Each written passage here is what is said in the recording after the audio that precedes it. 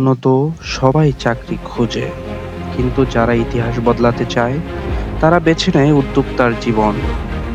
মনে রাখবেন, চাকরি আপনাকে শুধু টিকে থাকতে শেখাবে, কিন্তু উদ্যোক্তা হওয়া আপনাকে শেখাবে কিভাবে সাম্রাজ্য করতে হয়। অনেকেই বলবে এই পথ কঠিন, এখানে অনেক ঝুঁকি আছে। তাদের কথা ভুল নয়।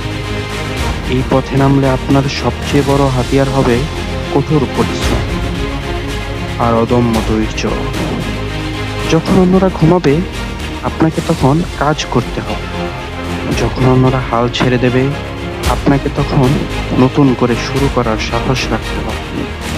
মনে রাখবেন, বড় কিছু পেতে হলে বড় কিছু ত্যাগ করতে হয়।